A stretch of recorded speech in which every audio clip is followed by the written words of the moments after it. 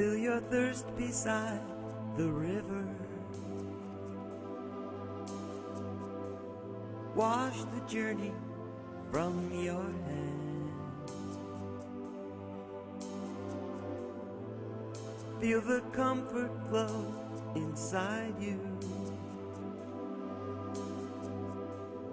Come this far, you understand. Hi, welcome to Healing Outside the Box. I am Rosemary Lachance, an energy healer and a spiritual teacher. And I'm Dina Scungio, a student of spirituality. And this is show number 168, and it's from the Life Explained series, part 13. The title of this show is Problems, Crises, and Difficulties, and the second part is going to be on the law of projection. Okay, this Life Explained series, we'll give you food for thought information about spirituality based on the teachings of Hans Wilhelm from his series. We will play one or two different DVDs and then have dialogue about it. We encourage you to call or email us or write to NHTV with your questions, and we will answer them on the show or privately if you prefer. This is not a religious show, and no matter what religion or belief you follow, the information we give you will only enhance your beliefs. We do not try to convince you of anything. This series is recorded and will be shown in your area on your local public service cable network. Please contact them for dates and times.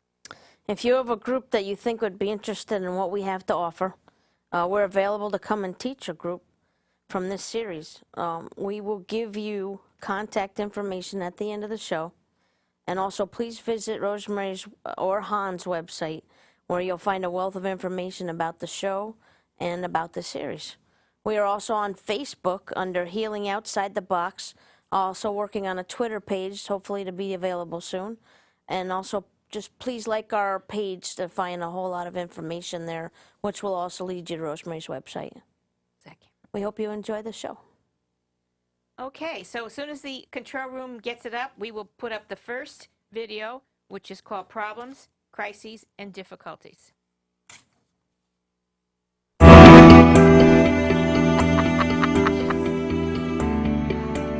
Hi, I am Hans Wilhelm, and in today's video in the series Life Explained, I invite you to take a different look at crises, problems and difficulties that we all face throughout our life.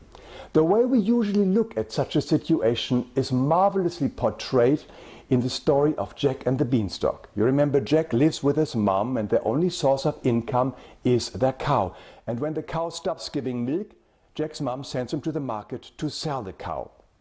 When Jack returns home, he gives his mom some beans instead of money. Now, the mother is furious. She flips, she goes ballistic. Beans is not what she had expected. We would probably have reacted very similar in her situation. She could not perceive that these beans were actually their ticket to riches. Now, we all have had situations where things didn't turn out the way as we had expected. And I invite you now to take a different look at what actually takes place in such a situation. Just like Jack's mom, we all have very specific ideas of how our life should be. That's us. Very funny. Okay. Now, these assumptions or opinions are all programs that we have accumulated from our environment. There are customs, rules, and beliefs, and we have collected them over the years, and they really come from us, but mostly from our parents. They come from our families, from our religious institutions, from teachers, and other sources like Oprah Winfrey and so on. Now, these opinions tell us what schools we should visit, what college we should attend, when and whom we should marry, what jobs we should have, and thousands other things of how our life should be. We usually believe these stories without ever questioning them.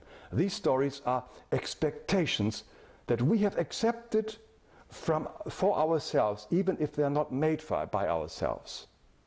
Now, other expectations are that we should always be happy, healthy, and fully employed, and always have money, and live a long life, and so on, and so on, and so on. And of course, these are all illusions, because there are no guarantees that this will actually come true, nor that they are actually right for us. So over the years, we have developed this big bubble of how our life should be. I call this bubble our fantasy bubble.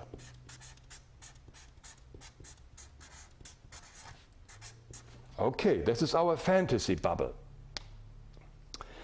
We are, of course, very, very attached to this bubble. Yeah, very happy with it. Yes, we don't let go of that one. But now, watch what happens. Here is another big bubble. And I call this bubble reality.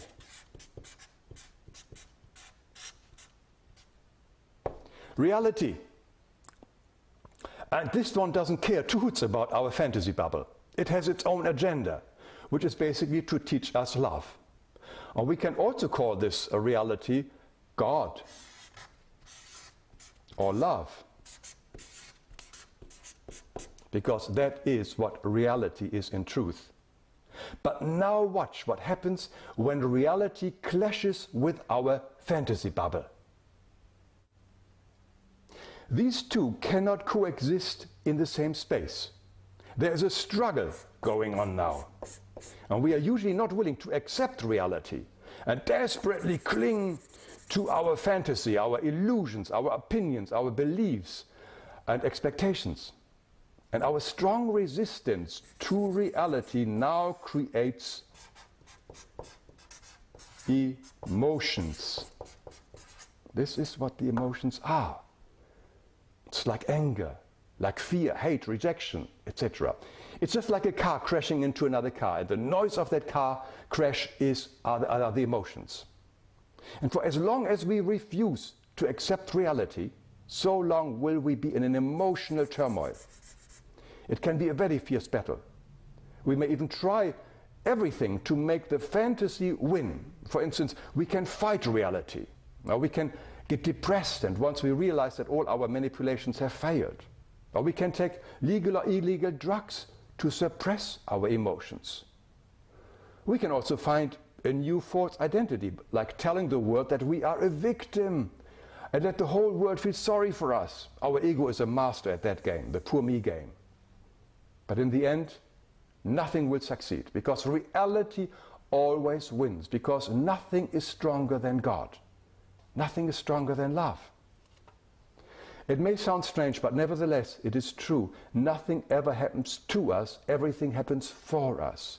Reality is always on our side, even if we seldom think so, when reality shows itself as a crisis, an illness, a loss of a loved one, job or money. These sometimes very severe challenges seem cruel and heartless, but they are not. They push us to the next level of our growth. They help us remember who we truly are. Life will only give us whatever experience is most helpful for the development of our consciousness. Now, many of us know this truth in retrospect. Once we have gone through a seemingly difficult and negative experience, we realize that we have grown from it and are no longer in the same old state of consciousness. Einstein said that he found peace and happiness by knowing that he lived in a friendly universe. A friendly universe. And the Jewish Dutch philosopher Spinoza said, perfection is another name for reality. And when we finally fully surrender to reality that has now replaced part of our illusions and our fantasy, all our emotions will subside. The Greek philosopher Epictetus said it so well: demand not that things happen as you wish, but wish them to happen as they do, and you will go on well. It's a very different way of looking at life, isn't it? Surrender to reality makes us truly present. We are in the present moment and not in our fantasies. And when we are no longer using up all our energy by clinging to our illusions, we can then use our strengths and focus on a solution. For instance, once we have accepted an illness, we can then concentrate on finding the right medical treatment. And once we have accepted that we have lost a job, we can then use our energy to find a new employment. This applies to everything. Surrender does not mean giving up. Surrender to reality means that we are now ready and open to all the new possibilities that reality contains and wants to show us.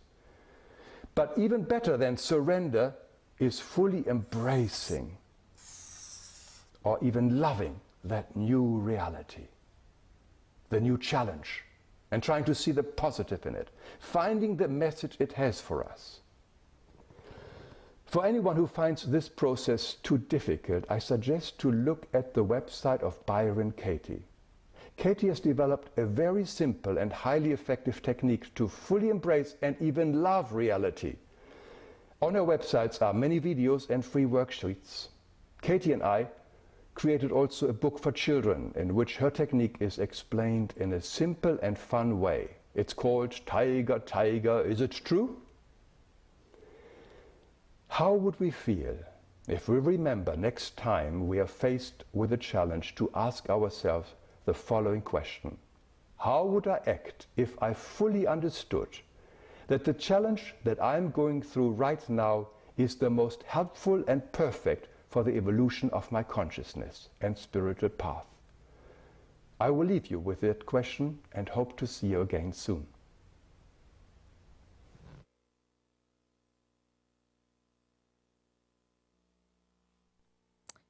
That's a good question. It's really a good question.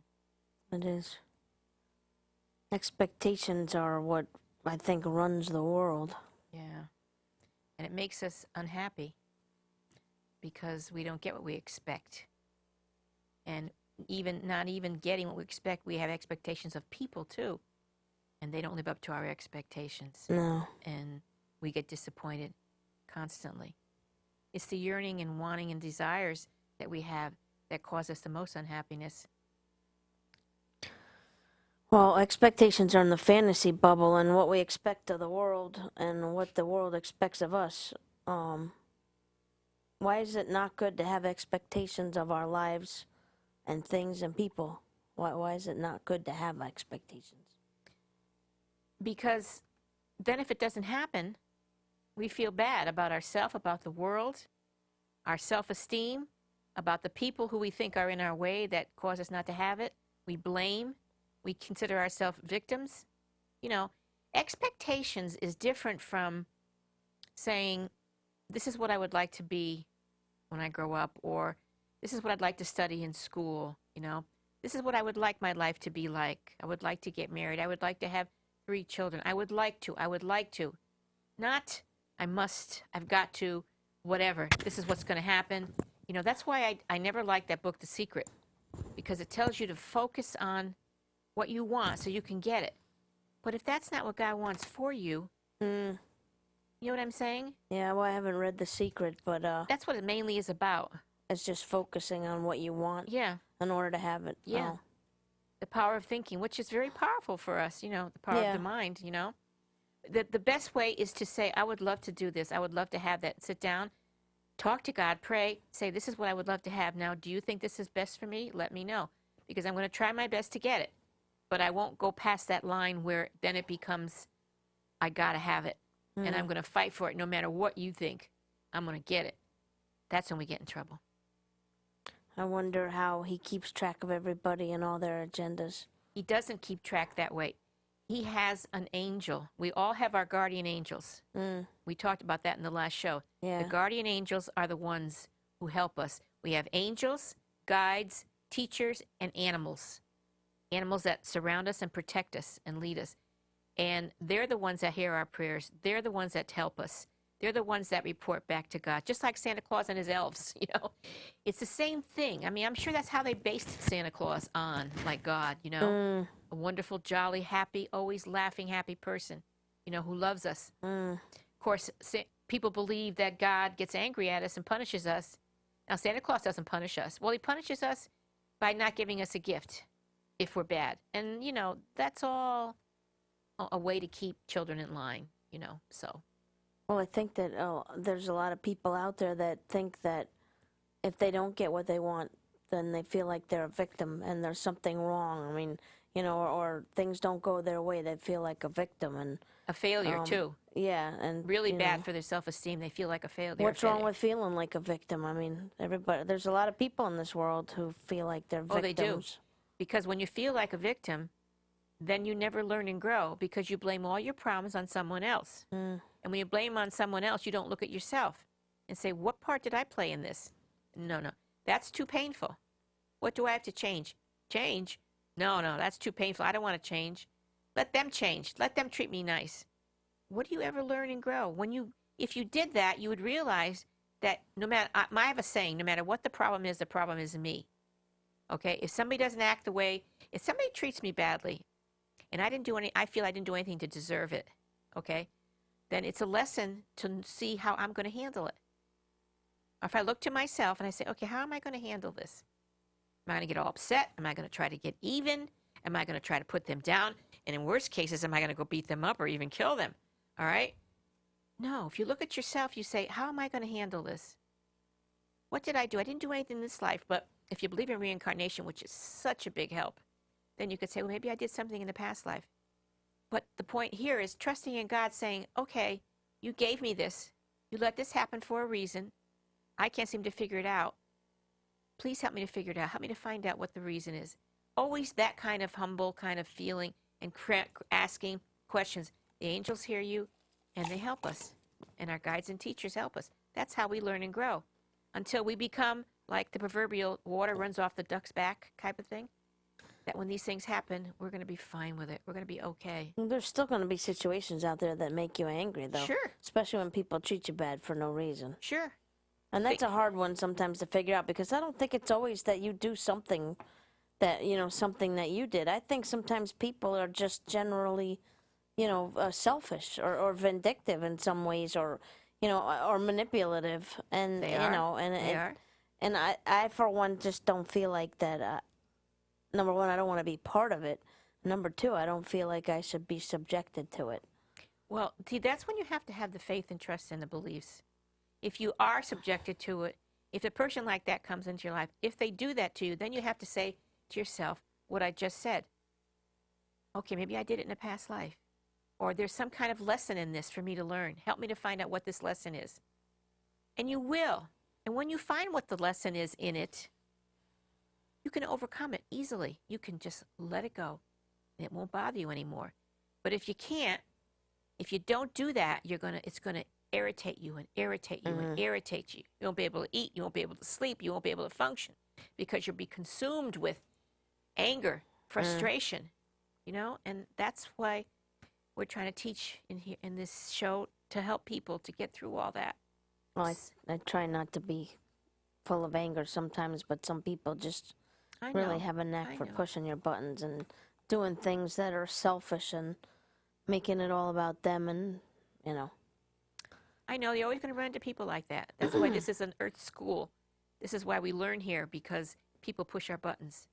And when we get rid of our buttons, they're not going to push them anymore. You'd be surprised. I think some of it is your character as well. I mean, I have a terrible case of hate to be feeling left out.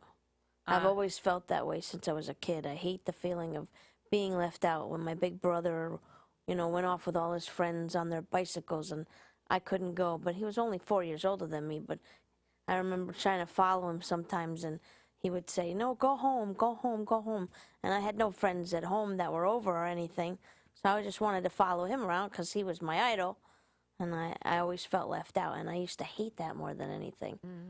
And I think that, sometimes you feel like you're all alone, and you have a really hard time dealing with that stuff. And I think a lot of times that's when where feeling like a victim comes from. Well, that's the thing with because it's like, poor me, why me, poor me. Yeah, poor me. That's what it does to you. I've had a lot of people say that to me over the years in my job. When they've gotten really badly hurt or really badly sick, and they'll be crying or something, and they'll say, why me, why me? And I have no answer except for, well, Why Would you rather it be me? Yeah. You know, or somebody else? I mean, you know, and I mean, I know it's a terrible thing to go to, but I try to always remember the teaching of, you know, everything happens for you, not against you. Everything happens for you, right? Take, for instance, my motorcycle accident. That was really bad. I was spiraling in a bad direction because it happened shortly after my brother unfortunately passed. And I was not paying attention to what was going on, and the motorcycle accident happened to make me sit down and think about what was going on in my life. And I think that if that hadn't happened, I would have gone in a really bad direction. And so I was actually grateful that it happened. I'm grateful I was able to keep my leg, but I was grateful that it happened because it helped me to realize. You know, so many times with so many people, I see this happening. Sometimes you have an accident or you have an illness, a devastating one, to make you slow down and say, hey, slow down, start thinking about this, get your life in order. That's exactly. And if you take that time to do it. I remember when I was a candy striper years ago in St. Raphael's Hospital, and I used to deliver flowers, and I delivered flowers to this man who had had a really big heart attack. And he was probably, I don't know, in his late 50s, early 60s. And he got flowers from his family saying how much we love you, Dad, and from the wife. And he started to cry. And I said, oh, no, no, no, no. I said, don't cry. I said, this is a good thing. They're telling you how much they love you. And he said to me, before I had this heart attack, all I did was work. I worked day and night, and my family used to say, why can't we go here and there? Why don't you spend some time with us? No, gotta work, gotta make money all the time, gotta make money. He said, you know what? No more. He said, we'll have enough money. I need to spend time with my family. For the rest of my life now, I'm going to spend time with my family and enjoy them. And he was like a changed man. This happened to him and changed his whole life. And then I went out of the room and cried because I was so happy for him, you know. So that was a really good example. What does Han actually mean, Hans, when he says nothing ever happens to us, it happens for us? Just like you said, why me? Why this happened to me? Nothing ever happens like to make you get hurt or make you get sick. It doesn't happen on purpose. What happens, when I just said before, the illness or something happens for you so that you will take the time, take advantage of this, and think about your life. Think about what you've been doing. Think about the changes you made, the people you love. Think about all that. That's why it is. And sometimes it's also a warning to say, all right, you had this happen to you, but if you don't change your life, you're going to have something worse happen. You know, so all these things. The thing is the praying and the contemplating. That's why we always stress so much about the meditation, just to get people to learn how to be quiet so they can hear their answers, and to learn how to contact your angels and learn how to listen for your answers. You know, we just don't do that. It all depends on us all the time. Or we go to well-meaning friends who try to tell us how to run our lives according to the way they run their lives. The way they run their lives is not for you to run your life. Your life is not the same, so that isn't going to work. So the only thing going to work is conversations with your angels. That's it. I have a friend who is actually much younger than me, I think 10 years younger than me, and she had a son, and he got into a terrible accident, and he actually ended up passing away. And she was so full of resentment, and she kept saying, you know, why did this happen to me? To me, you know, and I was like, well, really, it's not happening to you. It happened to him. We're all our own soul with our own path and our own, you know, destiny and whatever else. We have our own agenda when we're here, even though we're, you know, I'm born to you, I still have, and that was a really hard one for her to understand. I'm not sure she did, but it was a really difficult thing. This is my child, you know, this happened to me, and I'm alone now without my child, and I didn't know how to comfort her. I mean, how would you? I know. Well, his time was up. That was all he had to do here. Whatever he had done in this life, he had finished it. He had completed it. And see, we think it's so awful to die because we don't know what's waiting for us on the other side. Okay? We think this earth is like so fantastic, so wonderful, and everything that's worth anything is right here. This earth is like gray compared to the other side of life. what it's like on the other planes and the higher levels, and where we go to school over there and everything. That's what's so wonderful. And what we have to do is pray for him and help him on his new journey. It's our loss that we're crying for. It's our loss. And nobody knows better than me, because you know that when I lost your brother, I was devastated. I would have not gotten through it were it not for my beliefs. I would not. Well, I think nobody knows what it looks like on the other side, what it feels like on the other side. Well, Nobody knows what to expect, so it's kind of hard to have great expectations of something. You have no idea, and of course there are people who don't believe in reincarnation. They believe that this is it, and then you're gone, and you never be again, and that That's you just why, go yeah, back that's to why. dust. And if people really care enough about it, they'll go out and read the books and find the people and learn about it all.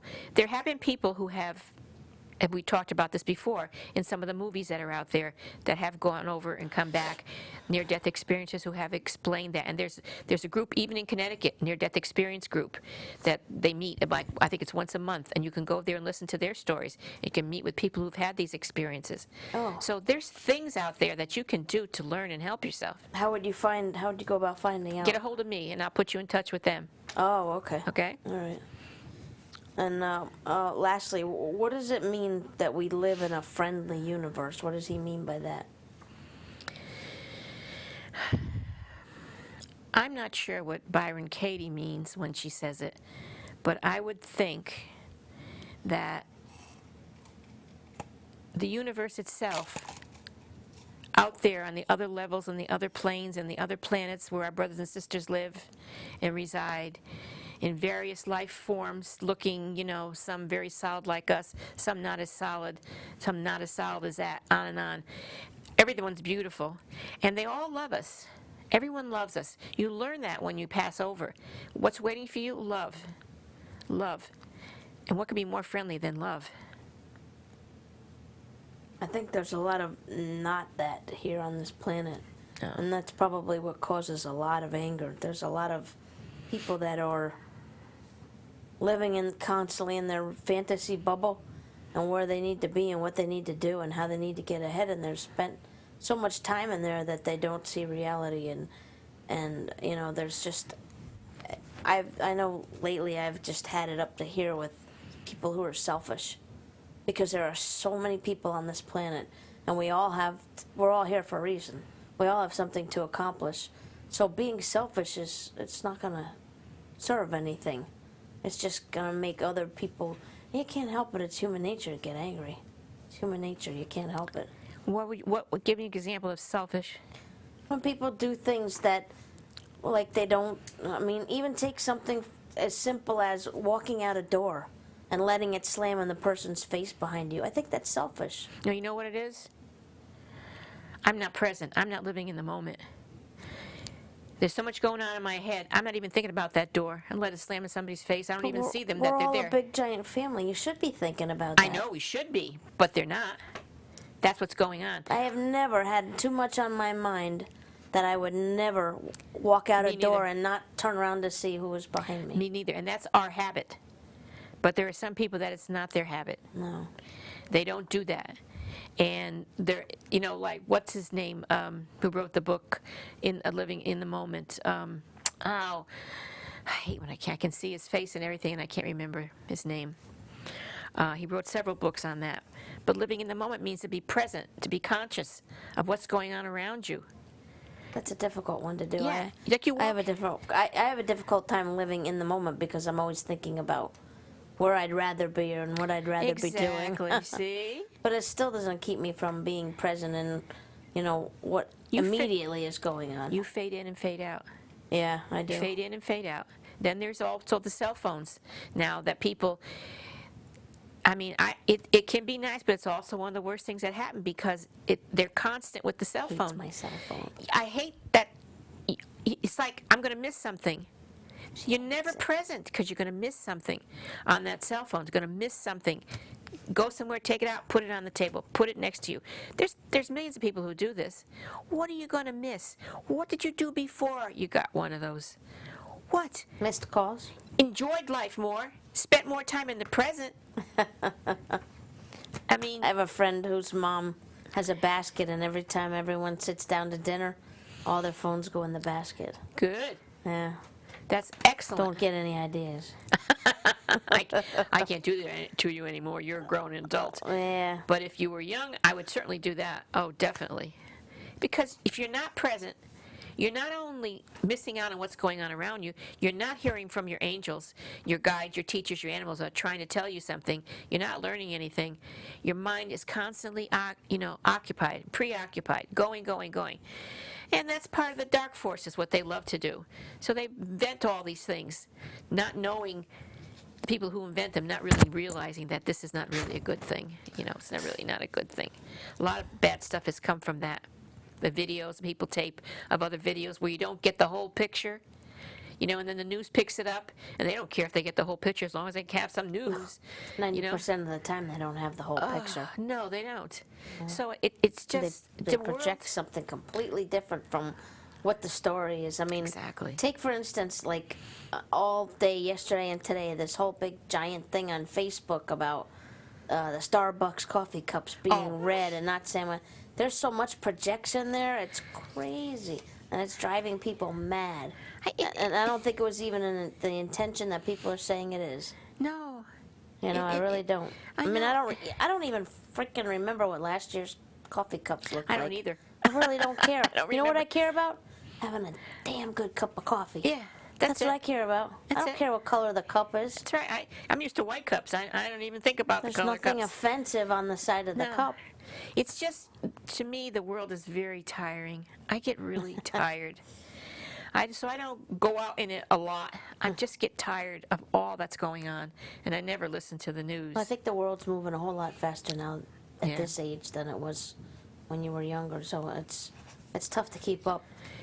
It's tough to keep up with, especially technology. Now that we're in the information age and no longer in the industrial age, things are moving at a really rapid pace. I know.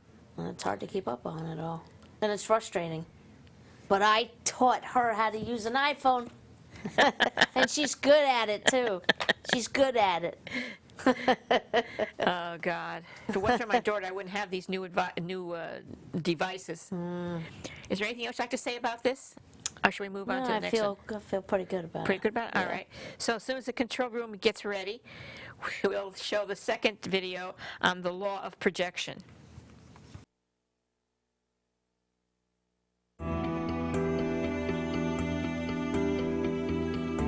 Hi, I am Hans Wilhelm. And in this video, in the Life Explained series, I will talk a little bit about the law of projection. A woman was once visited by a friend, and she complained bitterly to her friend how dirty her neighbor was. She has a dirty house, the children are dirty. Look at her washing on the line, she says. They are full of black streaks. So her friend goes to the window, looks out, and she says, "My friend, I think the clothes are quite clean. The streaks are on your window." This, in a nutshell, is the law of projection. Now let's have a look how it actually works.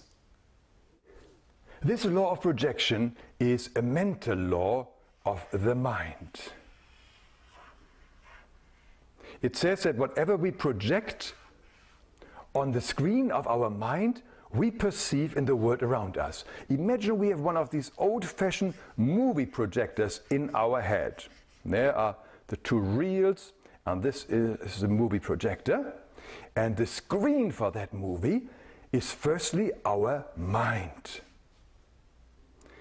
And the movie that is always running in our head is called my beliefs, my characteristics, my hang-ups, and my programs.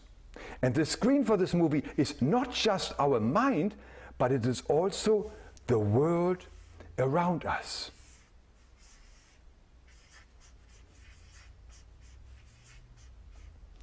Someone said that the world we perceive is nothing but an outpicturing of our beliefs. In other words, whatever we see inwardly determines what we see on the outside.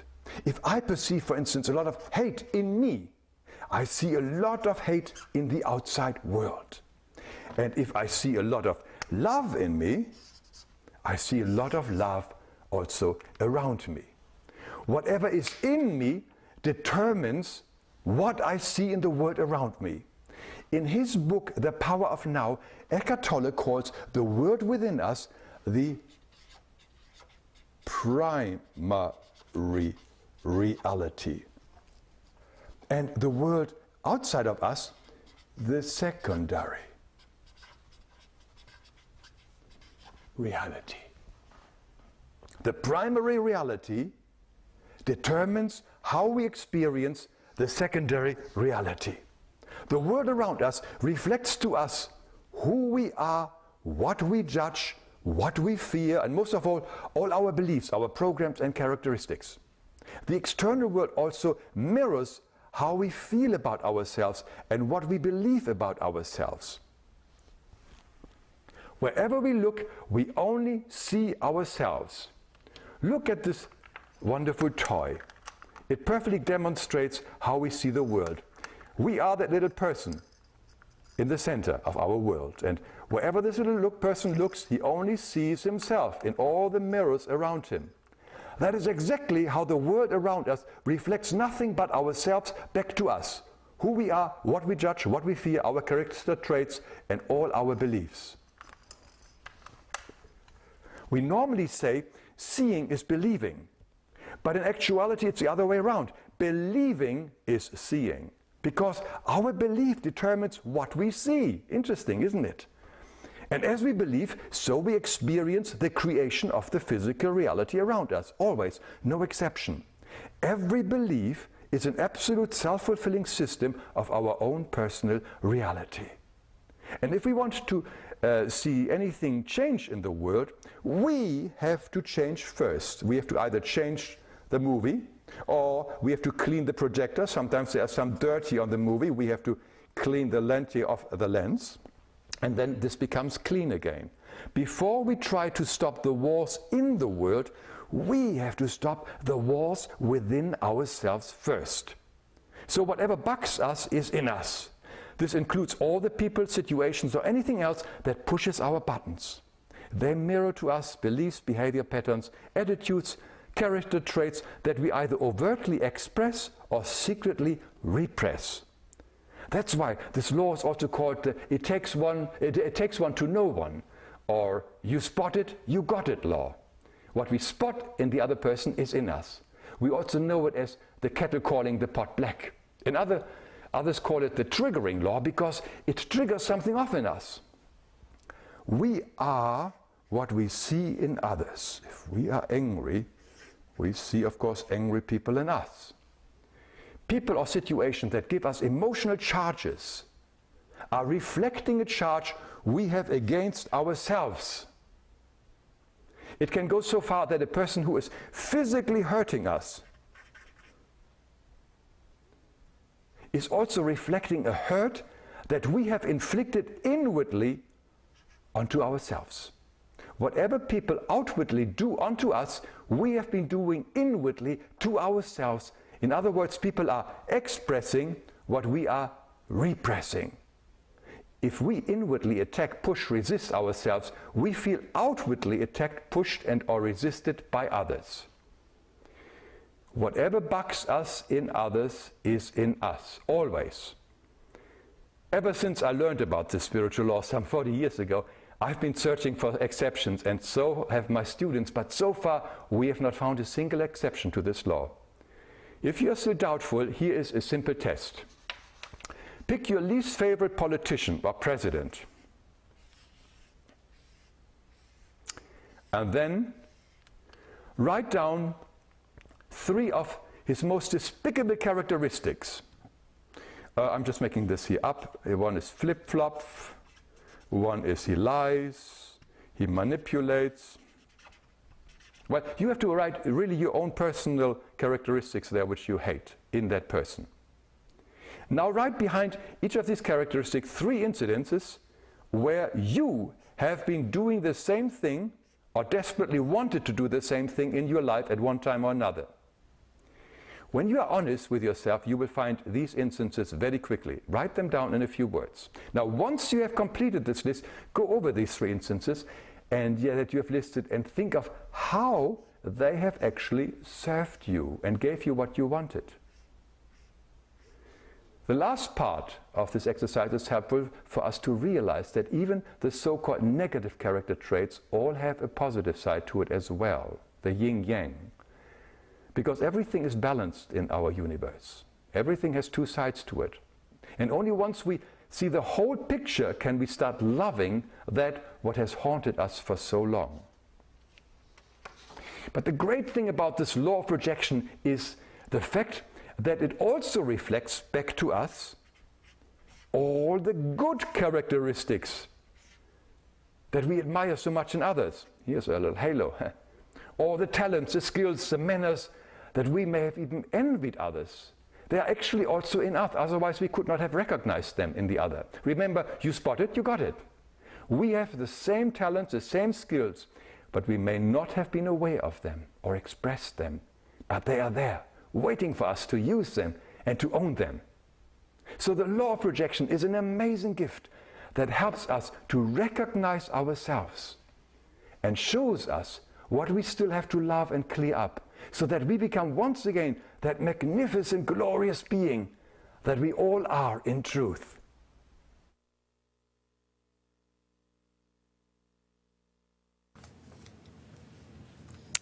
It's like that saying, we must be the change we wish to see in the world. I wrote that down. Yeah, and he mentioned the author's name that I was trying to say about living in the moment, Eckhart Tolle. He's the one, yeah, who wrote that book too. Okay. It's a lesson hard served sometimes, because you have to look at yourself and say, well, if somebody's really ticking you off because they're doing something, like say a situation I just recently went through where someone is being manipulative so that everything turns towards that person. Is that, that's just, it's a downright wrong thing to do. Is it always something that you see in yourself? No, if you remember what Hans had said the last time he was on the show, that there are certain people in the world that are toxic people. Mm-hmm. They just are that kind of people. They're manipulative and they're whatever. What the things that you just said, and it's not that you want to kill them or do anything terrible to them. No. You see them for what they are. Want to shake them? Yeah, well, yeah. You see it. You want to shake sense into them. You see them for what they are, and then you have to walk away. There are some people that you just have to walk away from because they won't stop with their bad behavior or their lies or their picking on people or cheating on people or hurting animals or hurting children, whatever the case. These are different cases. And these are the kinds of people, these are very different than habits that the person has that bug you. The smaller things that bug you about them. Not if you see someone hurting someone and makes you angry and you think, well, maybe I hurt people like that. No, that's not what I'm talking about, like animals say. I can only think of that because I know how much that bothers both of us. But it's just certain behaviors like, I'll take my mother when they told me I was like her, okay? She had a way of nitpicking things and digging into things and not really telling the truth to find out what she wanted. And I looked at myself, and when I finally accepted this reality, looked at myself and I said, oh my God, I've been doing that same thing. And that's why I don't like it in her. The minute I knew that,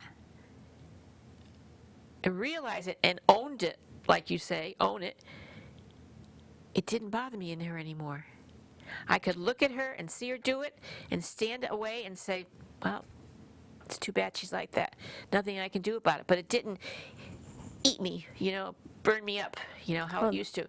The situation I'm going through is burning me up because I feel like, again, I'm feeling left out, number one. Number two, I don't feel like I did anything to deserve what happened to me, and it just happened.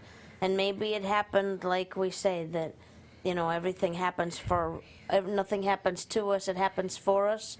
And maybe, I was being pulled out of a toxic situation that, was just going to get worse. I mean, I try to constantly give people the benefit of the doubt, but when you try to talk to someone who's doing something wrong and they completely avoid you, then, what else do you do? Sometimes you made me think of something. Sometimes you give people the benefit of the doubt constantly, and you keep turning turning away and not looking at something, a situation that you know you should walk away from because there's something you want from that situation. And you want it bad enough to stay there and take what you're taking. And when you realize that, yeah, then you can walk away and say, well, it's not going to happen. What I want is not going to happen in this situation. So I'm going to have to walk away from it. And there are things like that that happen. Not that you walk away angry or that you do some violent things or anything like that. No, Or I you don't. wish them bad Very luck or you wish them rarely, death or yeah. anything like that. It's just that there are some things that are lessons for you. Most of them are. But there are those people in situations that become toxic that can bring you down and drag you down and affect you. You have to be able to distinguish between the two. Which is it? Is it this or is it that? That's where being honest with yourself comes from. So if you have something that's going really well, and say you're at a job and things are going really well, and you're up for a promotion, and then all of a sudden this new person gets hired, and they step on everybody's head because they want the promotion, but yet the boss doesn't see it. He doesn't see that they're stepping on anybody's heads. He just sees them as being who they are.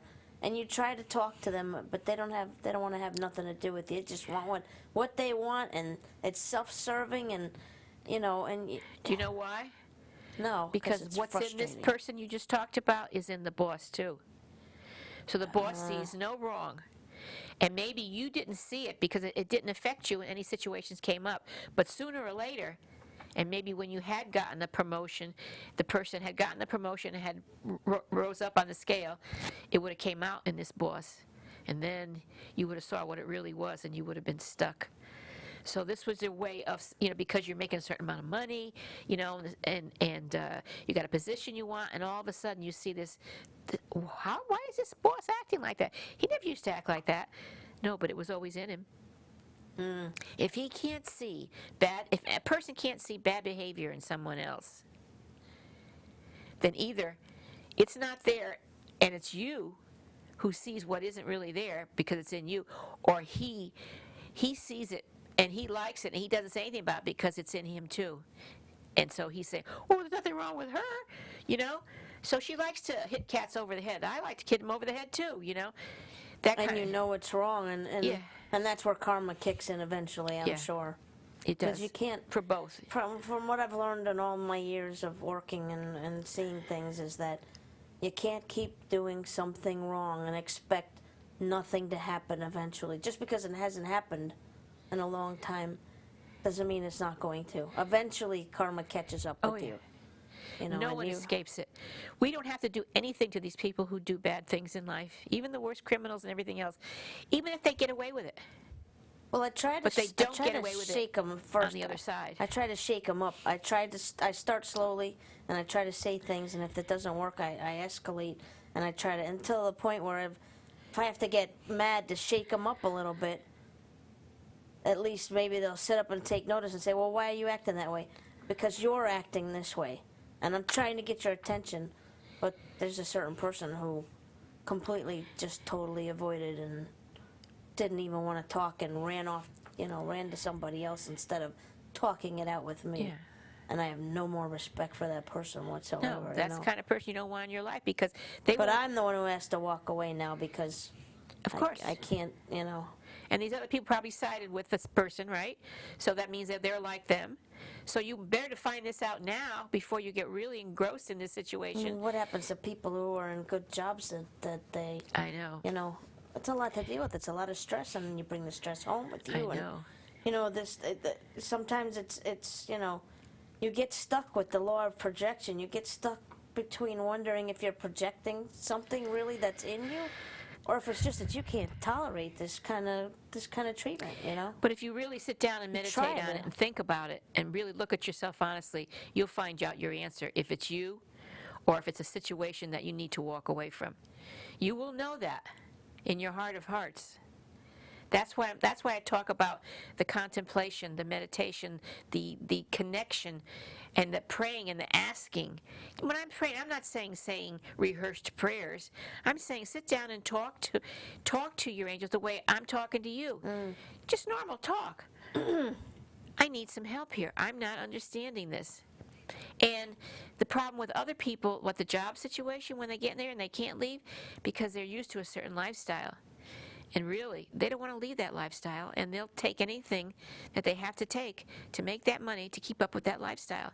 Like he said, find out how it serves you. How does it serve you? Going through all this suffering for whatever. How does it serve you? It serves me because I can still have that money and do the things I want to do. That's more important than my well-being and my mind and my whatever. You know how many people in the world are like that? How many people are living the life they really want to live? No. And I imagine that, if you're going along happily in a job for 20-something years and, it starts to get to the point where you're not happy and people are coming into it and making you miserable and all that, and you're thinking of leaving it, I would have to imagine that it's because that's not where you're supposed to be Right. anymore. It's time that to move on. God and your angels are trying to push you forward and say, listen, you shouldn't be here anymore. And you're not leaving, so I'm going to make it difficult for you so that Exactly. you figure it out and that am I on the right track? Right. You are. Oh, all right. And I Because it remember gets so angry, and I that Italian side that I have in me sometimes comes out and, in a way that I don't like it to, but, when you get tired and you work a lot and people are just being idiots, you just have a hard time controlling that part of you. I remember having someone in therapy who did a fantastic job turning his life around. And he was complaining about this job and complaining. And then one day, something came up and he was being let go. And he was all upset and angry and, oh my God, blaming everybody else. I said, what are you doing? He said, what do you mean? I said, you quit that job a long time ago. He said, what are you talking about? I said, in your head. You already quit that job. You walked away a long time ago. This is what you really wanted. And you got to thank them because they did what you did and booted you, and now you can get out of there. I never thought of it like that. I said, well, think about it like that. Think about from their side. And you know what? He left, and now he's happy. He found a job that he loves, and he's found other things that he loves to do, and he's so happy. It was the best thing that ever happened to him that these men did this to him. So, when you start complaining about your job, you already left. You've Right. quit already. It's just a matter of time before you get booted. If you don't do it yourself, you're going to get booted eventually. Or that person's going to come along, like you say, that's going to boot you out. It's a constant, I don't know if battle's the right word or... It is a battle. It's a constant battle to constantly check yourself and Right. make sure that you're doing the right thing and, trying to do the right thing by everybody else, because everybody always says, the big question, why are we all here? What are we all here for? What are we doing? Where are we going? And I think it's all, when I went on a vision quest years ago, the answers that I got, I asked that question when I went out there. I asked, what are we doing here? And the answer I got was that we had to all learn how to get along and love each other, because we're all brothers and sisters, and, some of your sisters and brothers you like to strangle, and, they just don't. But I imagine they have to learn it in their own time. You can help only so much. That's right. And then if they don't in their learn own it, then they time. got to come back and do it Yeah. over again. Everybody in their own time. And why are we here? We're here to remember who we are. Well, who are we? Divine love. We are pure love. We're here to remember that. Created by our Father who loves us unconditionally. And wants us back home. Yes. And once we realize all that, we become love. And then all these things that people do to us, it's not going to bother us like it did anymore. Because we can look at them, look at the God in them. Not that you accept their behavior, but you accept the fact that the Christ spark is in them too, as well as it's in me. And that God loves them, no matter how bad they act, no matter who the worst person is. Hitler, God loves him as much as he loves us. Oh, how can this be? That's a hard thing. Yes, right. Is their spark like a little bit dimmer? Well, they're not getting it. Yeah, it's dim. Sparks are brighter and dimmer depending on how the person is. It's the same spark, but it'll shine more in the people who are on the path, and it'll shine less on the people who are not. And you got to really feel sorry for them, bottom line, because you know that they're going to have a rude awakening someday. It's going to happen. It's got to happen, because everybody's going back home. Everybody's going home one day. No hell. Hell is what we create in our mind. And if we get on the other side and we see a hell, it's because it's in our mind. Like he said, what you project out is what's in here. Okay? I feel like sometimes there's this big soul-winning battle going on where, God is trying to win our souls, and then the lower spirits are trying to win certain souls, and Yeah, it's a there are. constant battle. Yeah. And you go to church and you profess your love for God, and you're part of His life, and then the more you're a part of Him, and the more you believe in Him, and the more you have faith in Him, the more they try to get you to go towards the negative side, and it's just sometimes it's tiring. There is a dark force It's tiring. who wants to win us over to his side. There is. It's a constant battle, and he wants to do that. And so now he's using people to help him to do that. And some of the people that are in positions to be able to control this country, he's using them to do that kind of thing. And we have to, constantly fight and be aware. And if we become like that, we can bring them closer, he and his cohorts. But if we align with the heavens, if we align with God, if we align with our angels, they'll help us when that comes. That little cartoon used to have the devil on one side, the angel on the other. That's true, so to speak. Not exactly like it is, but it's true. It's a constant battle going on for your soul, So, I feel like sometimes, though, when you lose it, you completely lose it. Do you lose points?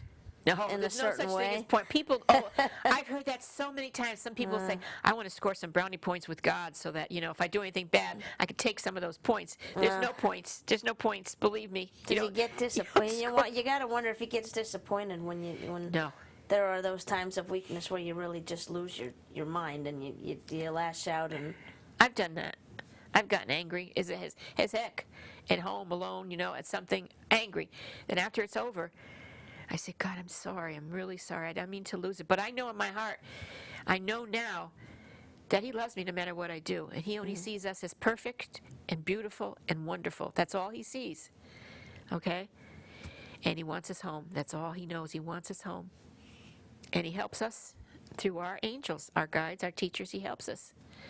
So remember that the law of projection, what you see out there is in you. That bugs you, not a wrong that's being created. that's why I was getting confused, because you Yeah. think that if somebody's doing something wrong and it really angers you, that maybe you got that wrong inside you, and I was getting caught up in No. that, and It's man's inhumanity to man that people get angry about, and that's okay to get angry about that. You get angry about the action, right. but the person, you always see the God in them, and you love that part of them. You don't love what they do. It is not acceptable behavior, but it is your brother or your sister. That's the bottom line. So you just don't send them hatred. Don't send them bad thoughts. Don't wish them anything bad. Try to send them light. The main thing is to wake up and have them get that light to wake up. That's to pray at night for people to wake up. Just wake up. And that's a hard thing to do sometimes. I know. Especially when you're angry or somebody's done something pretty crappy to you. Yep. It's a hard thing to do, to pray that. is. But I've learned over the years that it's the only way to get through. That's right. Hating them Well- doesn't help them. No. Well, it's time for us to go now. We'll give our contact information. I hope the show has been helpful to your people out there, and get in touch with me for any questions you may have. And for more information about the show, Healing Outside the Box, contact me, Rosemary Lachance, at 203-627-7966. My email is whitebuffalo8@comcast.net. And my website is www.rosemarylachance.com, where I have so much information on there that I think you'll really enjoy. And we also have a Facebook page, so look for us on Facebook. You'll hear about our shows and our guests, and you can leave messages there for us, or you can make comments and like us. Okay? Thank you for joining us. Thank you. And Thank also, you. the Facebook page is Healing Outside the Box. Yep. And I also have a Facebook page called Scungio, and I welcome any kind of questions as well. There you go. Thank you. Good night, everybody. Good night. God Thank bless. you.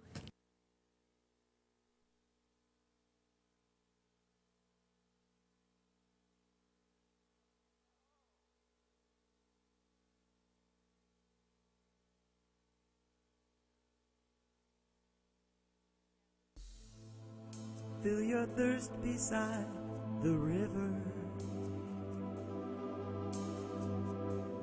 Wash the journey from your hands. Feel the comfort flow inside you.